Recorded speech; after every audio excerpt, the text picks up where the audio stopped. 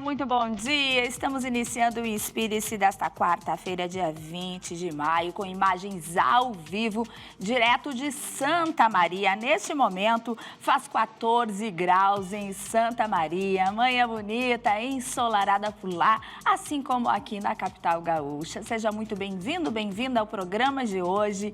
Hoje nós vamos falar sobre hidratação e alimentação no inverno, quais os cuidados que devemos tomar.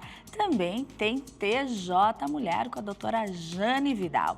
E Ana Hoffman entra ao vivo de algum lugar aqui de Porto Alegre, nos trazendo mais informações sobre assuntos relevantes para todos nós. Então, vem para cá fazer o programa com a gente. Você sabe, nos acompanha pelos nossos canais e pelas nossas redes sociais também. Iniciamos agora, então, com o quadro TJ Mulher.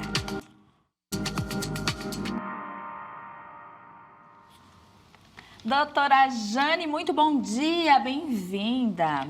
Bom dia, Andréia, bem-vindo também a todas as pessoas. Uma alegria estarmos juntas novamente aqui na nossa querida TV Masper, que sempre promove uma educação, uma conscientização para as pessoas, para a nossa comunidade. É uma alegria estar aqui no programa. E hoje, né, Andréia, é um dia muito especial também, porque nós temos um convidado muito especial, que é um grande parceiro que tenho na vida, um amigo, mas, acima de tudo, também um colega muito brilhante que trabalha tanto na área, digamos, da educação, porque ele é professor de direito e é um magistrado, um juiz convocado do Tribunal de Justiça.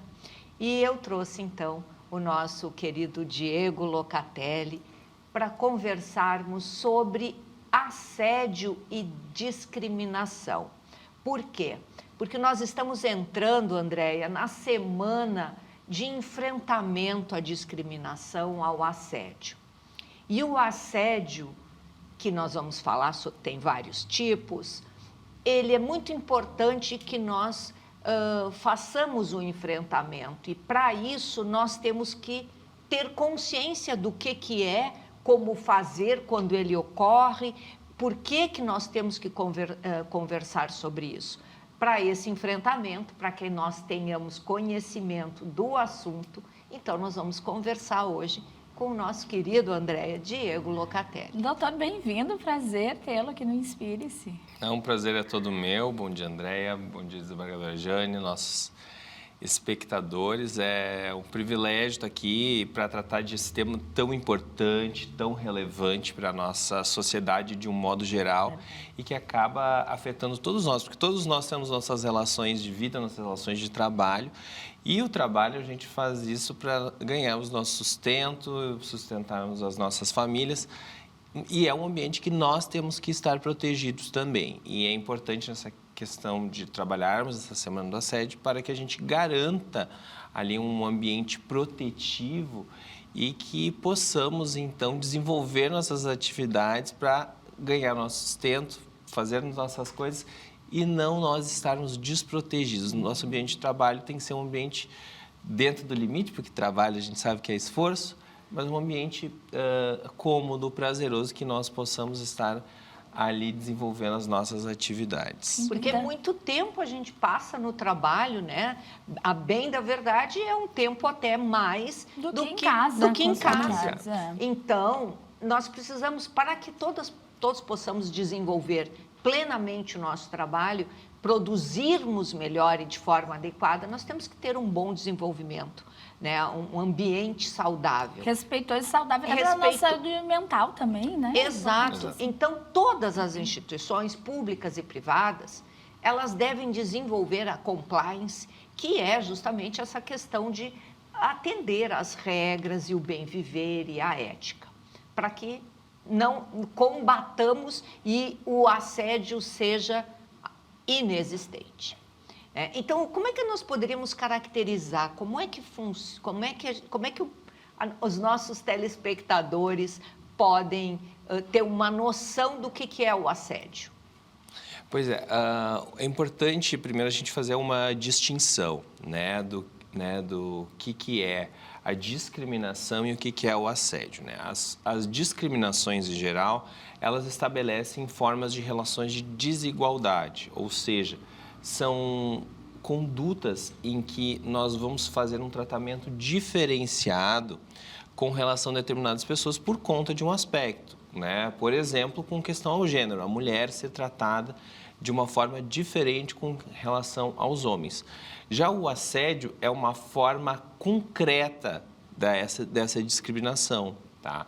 Não que a discriminação tem que ser um pressuposto, porque nós temos diversas formas de assédio.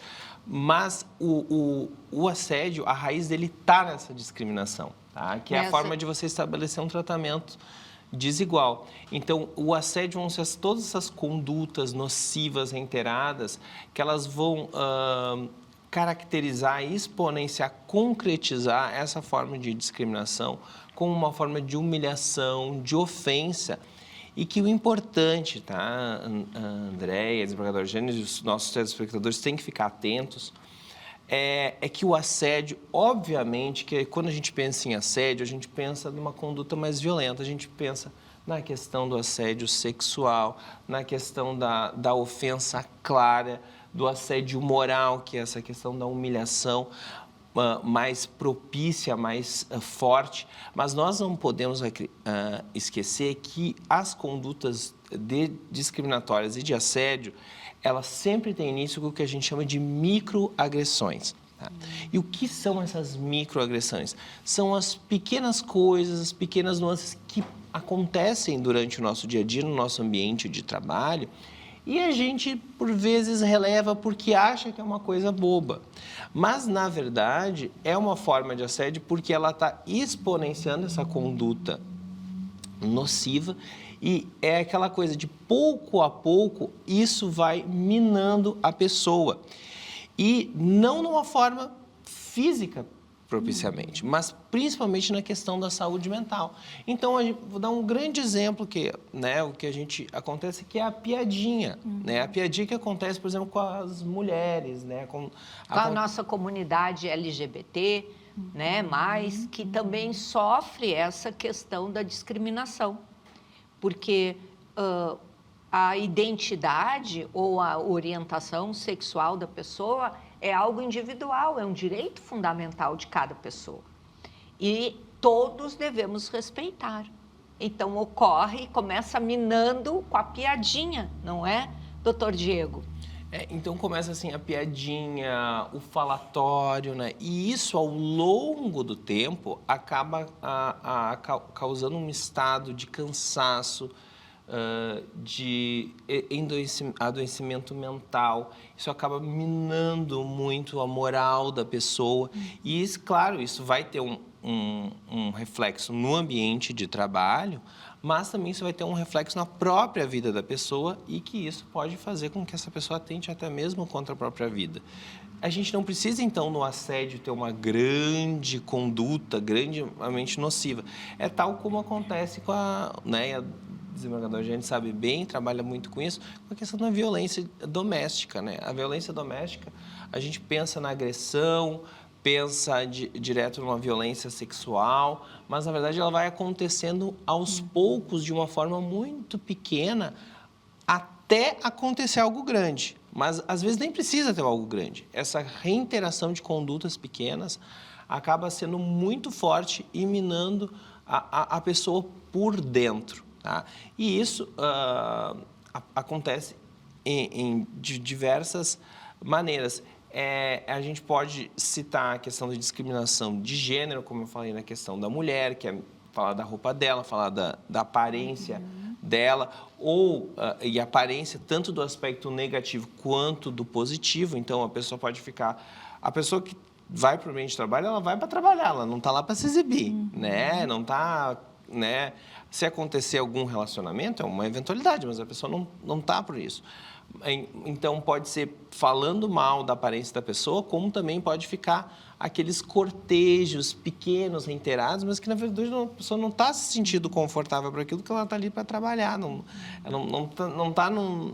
está para o romance, como se diga isso. Mas essa é também uma forma de assédio de gênero. Nós temos a forma de assédio também com relação às pessoas da comunidade LGBT, né, que é uma questão reiterada, que elas podem também surgir de diversas formas. Pode ser, por exemplo, das piadinhas, como eu citei, mas também de algumas condutas que, por exemplo, forcem a pessoa a assumir sua sexualidade ou a sua identidade de gênero quando a pessoa não está se confortável com relação a isso. A Desajane falou uma coisa muito importante, que a gente fala do plano individual de autodeterminação da pessoa. Então, quando as pessoas forçam isso acaba violando uma liberdade dela. A pessoa talvez não está se sentindo confortável, né? E eu, como uma pessoa LGBT, o primeiro processo de aceitação é da gente. E o processo de aceitação da gente, às vezes, é demorado. Para algumas pessoas é tranquilo, acontece na adolescência, acontece algumas vezes na infância, mas existem as pessoas que é na vida adulta e, às vezes, na terceira, na quarta idade. Então, essas questões forçadas são muito ruins. E isso, a gente tem que pensar que isso acaba fazendo com que as pessoas elas não tenham nenhuma progressão no ambiente de trabalho, não se sintam confortáveis ali, e isso vai acabar tendo um reflexo, por exemplo, dessa pessoa construir uma carreira, né? Inclusive, com relação às pessoas LGBT, a gente tem que ter um destaque que isso acontece antes mesmo de entrar no ambiente de trabalho, que é no ambiente escolar, né? Muitos casos de evasão, e eu, como trabalhei como juiz da infância e juventude toda a minha carreira, uma das questões que a gente vê com relação a isso, né? Os adolescentes trans, né, por exemplo, há um grande número de evasões deles, porque ele não consegue se sentir confortável na escola. Sim, tem nesse aspecto, então, a gente encontra o bullying, né, que é um fator desencadeante dos adolescentes, às vezes até das crianças, né, até 12 anos. Então, ocorre vontade de não querer ir para a escola, pedir para o pai ou para a mãe, dizer, olha, eu não quero mais ir, eu não tenho amigos no colégio. Então, isso já começa a causar um transtorno para a vida da pessoa, que é o seu desenvolvimento também, né, profissional e pessoal. Então, o assédio, que ele pode ser tanto moral quanto sexual, o moral é essa conduta que é uma humilhação, é uma menos-valia, é uma indiferença, conversa com todo mundo no ambiente do trabalho, mas não conversa com a pessoa, ou quando trata de forma ríspida. Então, são situações que vão minando aquele funcionário, aquela servidora, aquela pessoa que está no trabalho, né? Às vezes um colaborador. E, ao mesmo tempo, pode ser um assédio sexual, que aí sim é um assédio voltado para favorecimento sexual da pessoa que agride. Então, isso, como que a gente vai minar? Como é que o doutor Diego está dizendo? Que tudo começa com pequeninos microagressões. É uma piadinha. Então, se nós pensarmos que aquela piadinha, ao final do ciclo dessa agressão, que inicia com a micropiada, vamos passar para a violência psicológica e até efetivamente para os assédios moral, sexual, e começa lá com uma discriminação anterior. Então, nós temos que entender que, às vezes, aquela piadinha, fulano e Beltrana, né, tem um comportamento sexual diferente, ela é mulher, dá para entender por que está agindo assim. Então, isto contribui para uma cultura de misoginia, de homofobia, que vai gerar o feminicídio. Nós já temos inúmeros feminicídios. Nós sabemos que no Brasil a idade média de vida de uma pessoa LGBT são 35 anos de vida. Imagina, 35 anos. Nossa. Então, a gente está nessa discussão hoje.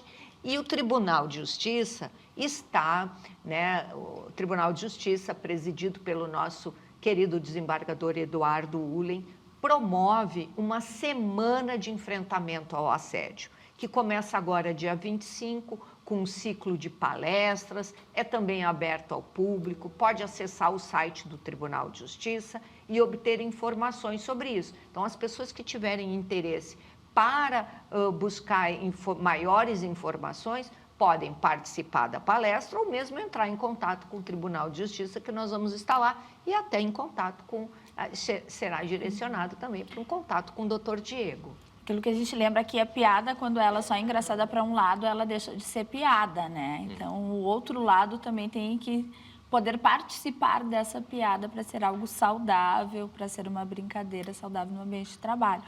Quando o funcionário ele está sentindo que esse ambiente ele está mais pesado, não está fazendo bem para ele, né? Seja no ambiente público ou privado. Qual que é a orientação? Bom, primeiro de tudo, no ambiente privado, é importante que as empresas tenham canais seguros de denúncia com relação a isso. Então, e isso vai variar conforme a organização da própria empresa. Vai ser o RH, né? Pode ser um canal disso, ou um outro órgão de compliance, de ouvidoria interna da empresa. É importante que tenha esse canal de comunicação segura e direta. Então, é preciso que a empresa tenha isso, até porque o assédio ele vai também ter um reflexo civil, né? No caso civil, no âmbito trabalhista. Então, se a empresa também não está oferecendo um ambiente seguro para o seu funcionário e também não apresenta canais com relação a isso de proteção, a empresa também pode ser responsabilizada. Então, é importante que as empresas tenham isso e, claro, tanto no setor público quanto no privado, a parte que está se sentindo ofendida pode também procurar os órgãos policiais, até porque a gente sabe que muitas dessas condutas elas acabam tendo implicações criminais. Então, por conta disso, ela também pode procurar, no caso nós temos aqui a Delegacia de Intolerância, né? Então, que nós temos diversos canais né, de comunicação. Desde a gente nós estávamos lá até na inauguração, e é um exemplo que o nosso Estado tem isso de forma de proteção das pessoas que estão em alguma situação de vulnerabilidade, pode também procurar esse canal. E esses canais também devem existir na esfera pública. Nós temos, por exemplo, no próprio Tribunal de Justiça, nós temos hoje a ouvidoria da mulher e das pessoas LGBTQIA+, em outras situações de vulnerabilidade, em que podem se fazer esses canais de denúncia. Lembrando sempre, tudo, além de ter importante essa responsabilização administrativa, tanto no público quanto no privado, isso gera tanto um reflexo criminal dessas condutas, quanto também tem um reflexo a partir da responsabilidade civil. Então, por exemplo, se acontecer uma questão no ambiente de trabalho, seja público ou privado, e o empregador ou a instituição não proporcionou esse ambiente seguro, essa instituição pública ou privada também vai ser passível de responsabilização.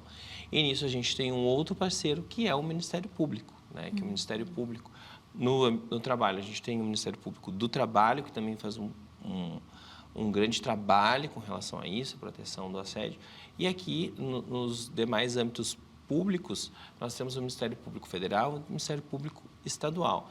Então, é preciso sempre estar atento que a instituição pública ou privada ela tem que ter esses canais e também, claro, o canal, ele e a gente que trabalha no judiciário sabe disso, a gente só lida com o que aconteceu depois. O mais importante é sempre a prevenção. Então, e a prevenção ela ocorre por quê?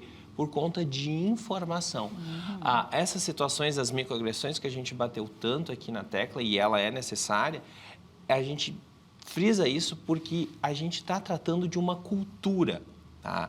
E a banalização dessas insinuações, dessas piadinhas que vão acarretar em algo mais grave, e da violência de gênero, a gente tem o grande exemplo que é o feminicídio. Isso tem que ser combatido lá no início com a informação, né? E hoje é um ambiente, e agradecemos a Masper por isso, por a gente poder trazer essa informação para as pessoas, porque trazendo a informação é a melhor forma de prevenção das situações. Nós aqui que lidamos, como eu falei, eu era juiz da infância, então a gente trabalhava muito nas escolas. Então, quando a gente trazia uma situação escolar, era a criança que levava para casa essa informação, e dela identificar, por exemplo, que a mãe estava sofrendo algum tipo de violência, que o irmão estava sendo discriminado no ambiente de trabalho, por exemplo, por ser uma pessoa LGBT. Então, é assim que a gente traz a informação e acaba mudando essa cultura, e essa é uma cultura de violência. A gente tem que ter noção que a gente trabalha com uma cultura de violência de diversas formas, e a gente só consegue mudar isso a partir da informação e prevenção. E nós todos aqui, nós somos prevencionistas. Nós estamos aqui fazendo a prevenção, que é discutirmos, conversarmos, conscientizarmos as nossas parcerias, né, a nós mesmos, ao ambiente de trabalho, ao ambiente familiar que vivemos. Então, como temos esse mundo ainda com um grau elevado de desrespeito, de discriminação, nós temos que conscientizar para seguirmos evoluindo, não é? E tudo começa nessas micro-violências, nessas micro-discriminações. Então, esse espaço que estamos tendo aqui para conversar sobre isso é para reforçar, né? E para educar, para conscientizar. E o importante, Andréia, que tu fizesse essa pergunta do que fazer, como fazer. Bom, o primeiro passo é quando a gente nota um colega de trabalho ou um vizinho em casa, uma situação que a gente identifique que não está muito bem, perguntar: como é que você está? Você está bem? O que está acontecendo? Estou sentindo que você está muito quieta ou que você está retraído no seu trabalho. Pergunte. As pessoas precisam dialogar, conversar. Quando é com a própria pessoa, o questionamento é: mas será que eu estou sofrendo assédio? Será que isso está acontecendo comigo? Então, a pessoa tem que perguntar: ela está se sentindo estranha? Tem algum desconforto? Se houver algum desconforto, há um pequeno sinal aí, um indicativo de que nós estamos diante de uma situação de assédio, de microviolência ou um assédio moral, que diz com o ânimo, com a humilhação, como nós estávamos falando aqui, ou até diante de um assédio sexual, que está beirando a importunação sexual, que já é crime. O assédio sexual é crime hoje, previsto no Código. Então, é muito importante que a pessoa se indague: será que eu tô desconfortável? Claro que a gente tem cansaço, claro que o trabalho, como disse o doutor Diego, é esforço, é trabalho, né? Tripalium era um instrumento de tortura, daí veio o nome trabalho. Então, assim, todos nós gostaríamos de estar em pleno ócio, não é? Mas aqui não deixa de ser um ócio, aspas, produtivo. O trabalho deve ser alguma coisa dignificante, confortável, que a pessoa trabalhe bem, se desenvolva como pessoa, no seu aspecto profissional. Então, nesse sentido, é muito importante a pessoa se perguntar. Tá, aí ela se perguntou e descobriu: eu tenho estou desconfortável, tenho uma situação que eu não gosto de ir para o trabalho, né? Então, a pessoa tem que ir para esses órgãos que o doutor Diego falou. Não é, doutor Diego? Para concluir, que nós estamos nos aproximando aí, faltam uns minutinhos no nosso quadro. E friso também nessa questão da prevenção que é importante nós termos protocolos de atendimento, né? Que isso é importante porque a pessoa ela está se sentindo desconfortável, está acontecendo alguma coisa, mas como que nós vamos receber essa pessoa, né? Como que a instituição pública ou privada também vai receber?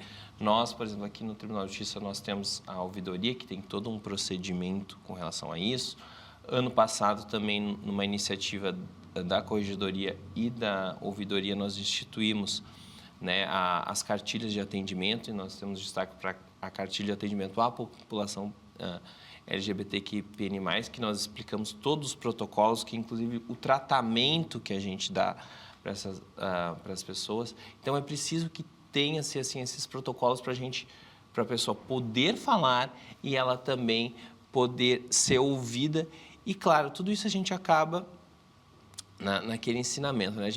A gente tem que tratar os outros né, como gostaria que nós fôssemos tratados. Tudo aqui é tudo uma questão de respeito. Ninguém está pedindo mais nada além disso.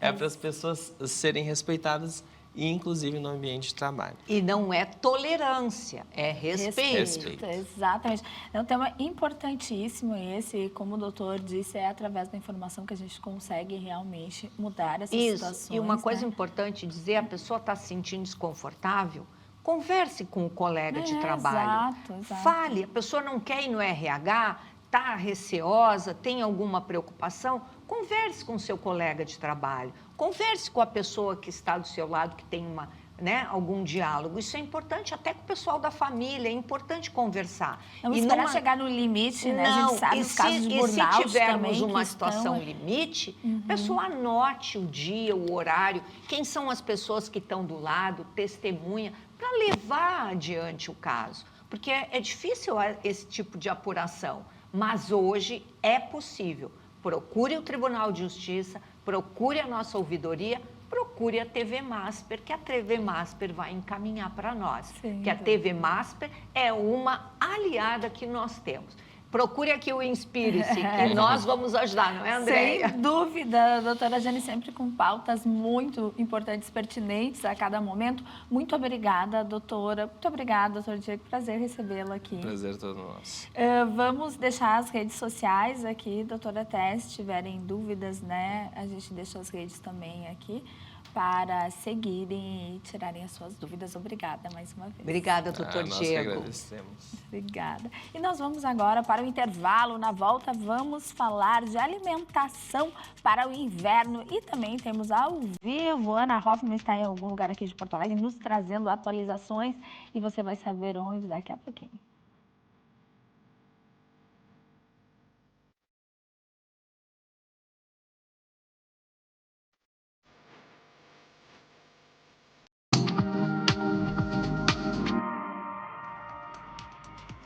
Estamos de volta com o Inspire-se. Com a mudança de temperatura, frio chegando, é importante nos atermos à vacinação, que é aí uma forma de prevenirmos algumas doenças, principalmente respiratórias, gripes. E para isso, nós temos mais informações com a Ana Hoffman, que está no Posto Modelo, nos atualizando aí sobre a campanha de vacinação. Ana, bom dia!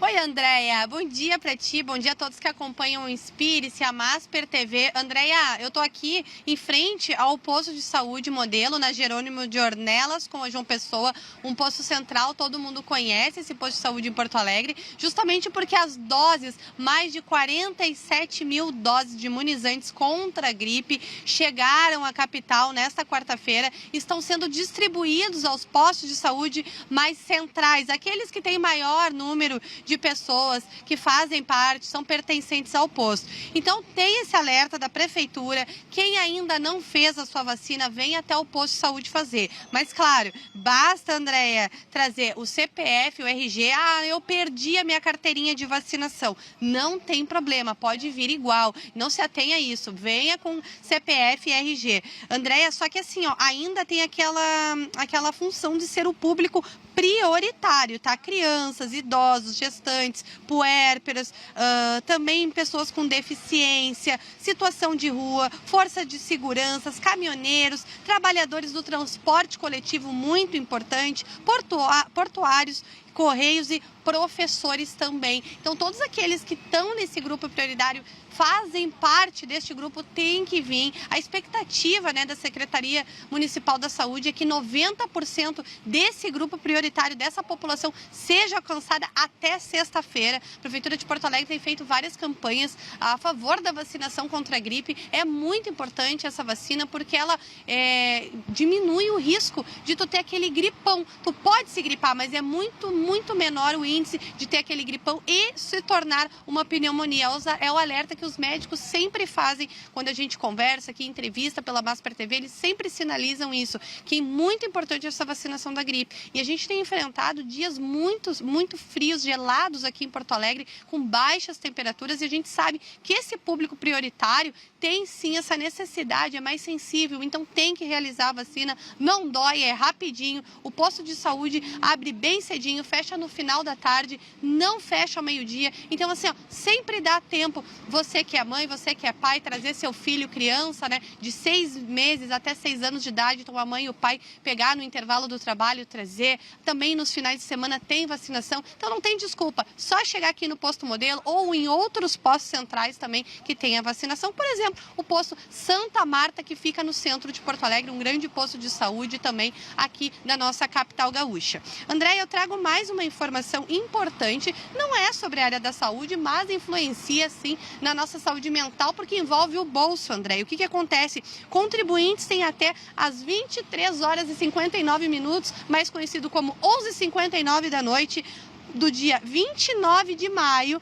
para entregar a declaração do imposto de renda. Andréia, não sei se tu já fez a tua, eu já fiz a minha, então o público que está acompanhando, faça a sua declaração, porque apesar do anúncio do governo federal sobre isenção para quem recebe até R$5.000, essa regra só começa a valer a partir do ano de 2027, porque o que a gente está declarando agora em 2026 é referente ao ano de 2025, tem que ficar bem claro para quem está acompanhando isso. Então, você que está com alguma dúvida, tem que procurar o atendimento especializado. Inclusive, Andréia, lá no Cine, o pessoal também está dando esse tipo de atendimento, essa instrução. Eles não fazem a declaração, mas eles te instruem. Então, qualquer dúvida, basta buscar nos sites das prefeituras do governo federal. Tudo está explicadinho ali, Andréia. Então, você que ganha até R$5.000, lembre-se disso. Tem que fazer, sim, a sua declaração do imposto de renda. É muito importante. Andréia, mais uma informação rapidinho aqui, que ontem eu comentei sobre o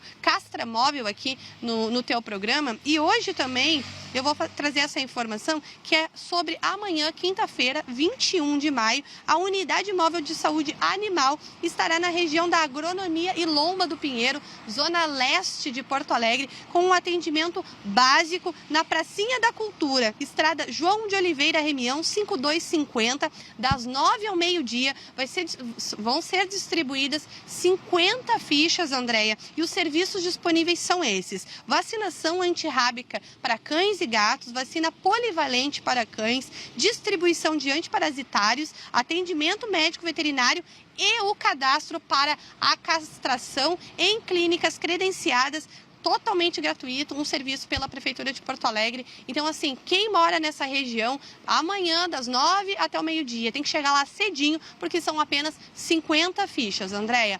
A temperatura aqui em Porto Alegre agora está 14 graus, aqui registrando no meu celular. Já está mais quentinho, agora com o decorrer das 11 horas e 13 minutos. O tempo tá bom, tá gostoso, tá aquele friozinho, não chegamos ainda no inverno, mas hoje dá para se dizer que é um belo dia de inverno, o céu tá bonito, tá ensolarado, céu azul, sem nenhum registro de encoberto ou de chuva vindo por aí. Volto contigo aí no estúdio. Muito obrigada, Ana, obrigada, sempre com informações importantes. Lembrando que hospitais e emergências já estão lotadas em função de problemas respiratórios, então lembrando que crianças e idosos sempre são os que mais sofrem com isso e a vacinação está aí para ajudar. Então, vamos nos conscientizar em relação à castração também, se conhecer alguém da sua região, um vizinho, alguém que tenha animais, que precise desses cuidados, por favor, oriente também. É uma ajuda que a gente pode prestar. Agora nós vamos para o intervalo. Na volta, vamos falar sobre alimentação no inverno. Quais são os cuidados? Já, já.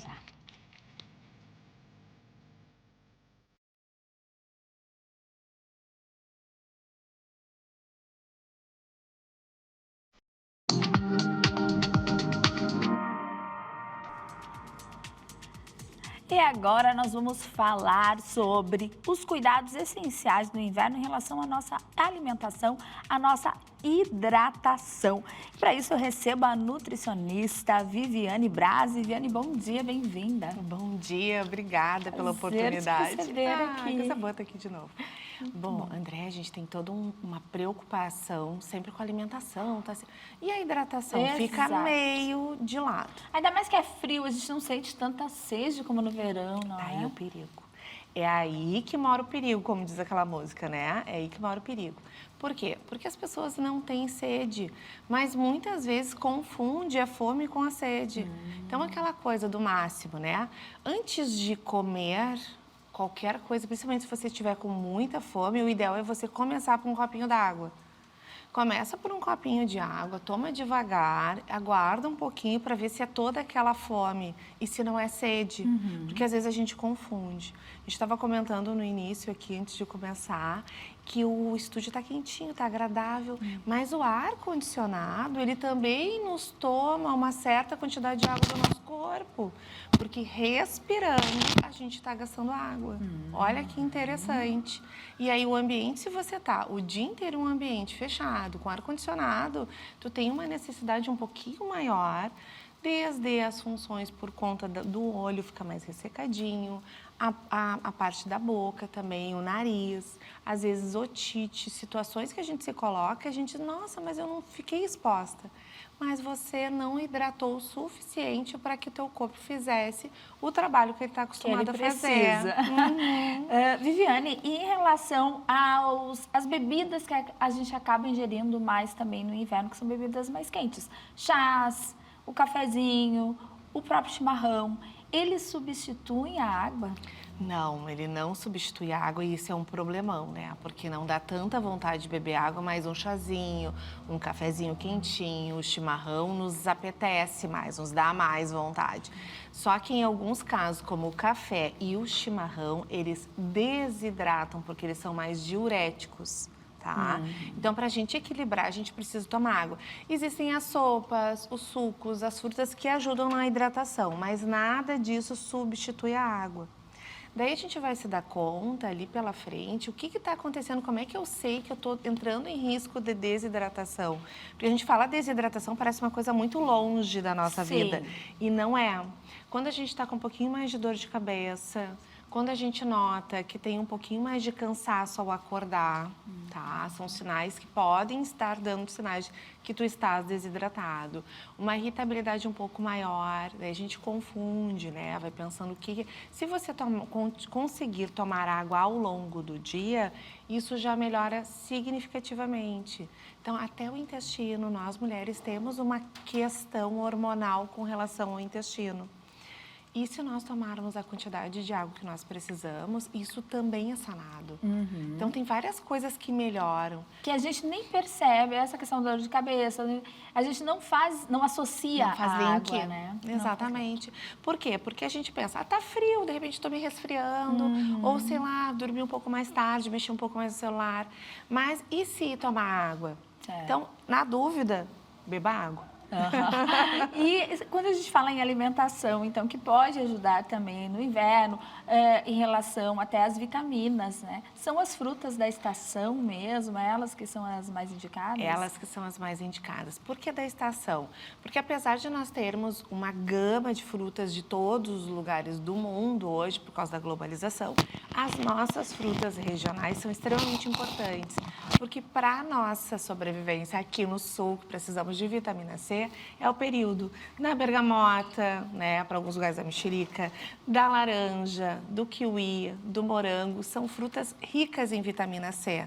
Olha como a natureza é maravilhosa, né? Então, elas estando na época, né, na parte sazonal, nesse período em que ela está com os nutrientes mais biodisponíveis. Então, quer dizer, quando eu como, aquele alimento, ele me faz melhor. Isso dá para os vegetais também, para os folhosos escuros, que são ricos também em ferro e vitamina C. Aquela sopinha que a gente faz e coloca ali uma couvezinha, coloca ali uma moranga, dá aquele equilíbrio, isso é importante também e ajuda na hidratação. E o que é fácil, né? Esses caldos são apetitosos e ainda vão nos nutrir ainda. Viviane, para a gente encerrar, quais são as dicas, então, apesar de já ter falado da hidratação, da alimentação, mas quais são as dicas para a gente aí ter um inverno com mais, a gente pode dizer assim, facilidade, né? Que a gente possa acessar mais esses alimentos de uma forma mais natural, mais orgânica, que a gente não tenha muito que ficar pensando, pesando, medindo, mas que a gente consiga se nutrir da melhor forma. Eu acho que colocar cores é um início, que daí tudo que é visual a gente consegue fazer melhor, absorver melhor no dia a dia. Então, cores no prato, cores no dia, mudar as cores das frutas, mudar as cores das saladas, dos legumes. Então, as feiras estão aí pela cidade inteira. Existem várias feiras orgânicas também, existem feiras não orgânicas que são ótimas também para quem não consegue acessar. Então, ir à feira é um grande ganho, tanto financeiro quanto nutricional. Então, ter uma quantidade em casa é importante e fazer para uma entradinha um caldo, pelo menos 1, 2 vezes na semana, um caldinho, seja ele com legumes, seja ele um caldinho com, de repente, com ervilha, com lentilha, que fica uma delícia também. Então, ter isso já na rotina. Se não tem tempo, faz uma quantidade um pouquinho maior e congela. Não perde nutriente, tá tudo certo, não tem problema nenhum. Ótima dica. Vamos deixar, então, as suas redes sociais, reforçar aqui, Viviane. Então, é @consultório V de Viviane, B de Brás. @consultório VB. Muito obrigada, prazer te receber aqui. Eu que agradeço. Muito obrigada. E muito obrigada a você que acompanhou o programa de hoje. Espera amanhã, quinta-feira já, passando rápido essa semana, ao vivo às 10h30, com mais um Inspire-se. Beijo, até lá.